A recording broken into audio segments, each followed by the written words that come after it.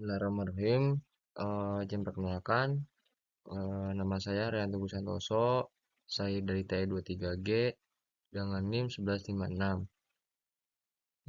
Di sini saya izin memaparkan atau izin presentasi tentang pertimbangan desain ekonomi dalam proses permesinan. Di sini saya akan menjelaskan kemampuan, proses, jenis cairan pendingin, cara penggunaannya, serta perawatan pembuangannya. Terus di sini ada kemampuan proses machinability. Yang ke satu ada definisi, yang kedua kriteria, yang ketiga ada pengujian, yang keempat ada rating. Yang ke satu yaitu definisi. Kemudian material dipotong menggunakan pahat dengan parameter tertentu. Terus yang kedua itu ada kriteria, umur pahat, gaya tenaga, kehalusan permukaan dan pembuangan gram.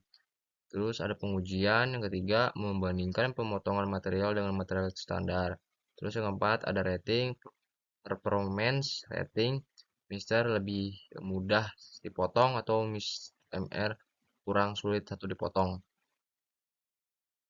Terus selanjutnya di sini ada jenis cairan pendingin, ada 4 ya. Ada yang pertama ada stretch oil, yang kedua ada semi-static fluid, terus yang ketiga ada soluble oil, terus juga di sini ada yang terakhir yang keempat ada synthetic fluid.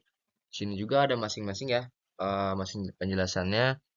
Ya, yang pertama ada extract oil, yaitu penjelasannya minyak murni tidak diemulsikan, pelunasan terbaik dan pendinginan terjelek. Terus juga di sini ada jenis semi synthetic fluid, yaitu ada kombinasi synthetic dan soluble oil, kayak karakteristik di antara keduanya. Terus juga di sini ada soluble oil, membentuk emulsi dengan air, pelumasan dan pengantaran panas bagus, harga murah.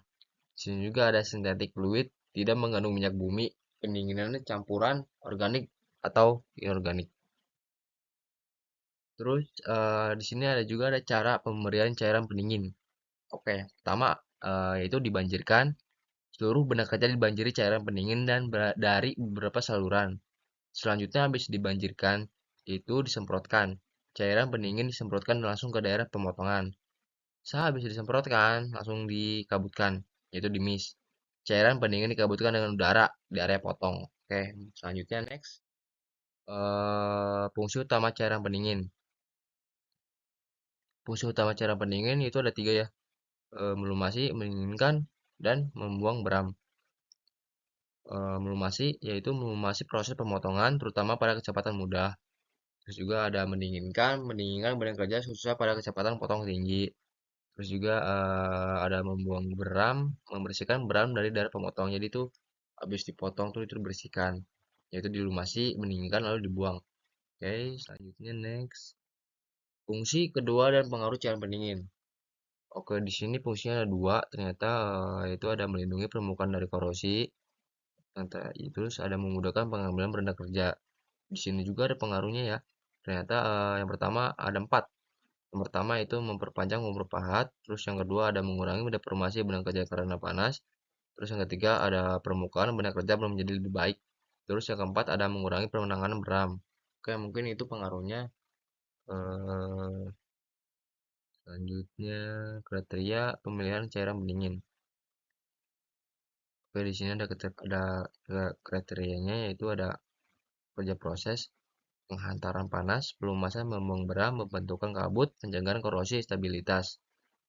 Terus juga ada keamanan secara kesehatan, itu dampak cairan terhadap kesehatan operator. Mungkin itu keamanan kesehatannya, yaitu terus juga ada harga, pertimbangan biaya pertimbangan biaya cairan pendingin, terus juga ada keamanan lingkungan, dampak cairan terhadap korosi. Selanjutnya next, perawatan dan pembuangan cairan pendingin. Mungkin ini yang terakhir ya, cara perawatannya. Terus yang pertama ada perawatan, yang kedua ada tindakan, terus juga yang ketiga ada pembuangan. Oke, perawatannya itu mudah ya. Ternyata diperiksa konsentrasi, pH, kuantitas minyak tercampur, dan partikel kotoran. Terus habis di perawatan langsung jadi ditindak. Tindakannya yaitu tambah konsentrat air, bersihkan kebocoran minyak, tambah biosida, saring partikel. Sehabis ditindakan, selanjutnya di pembuangan. Pembuangannya buang jika perawatan tidak ekonomis. olah sebelum dibuang ke saluran pembuangan. Mungkin itu saja yang dapat saya sampaikan. Sebelumnya saya mohon maaf, kurang lebihnya itu saja yang bisa saya sampaikan, ataupun ada kata-kata yang kurang jelas, ataupun ada kata hal yang kurang dimengerti, mohon maaf. Sekian, terima kasih. Assalamualaikum warahmatullahi wabarakatuh.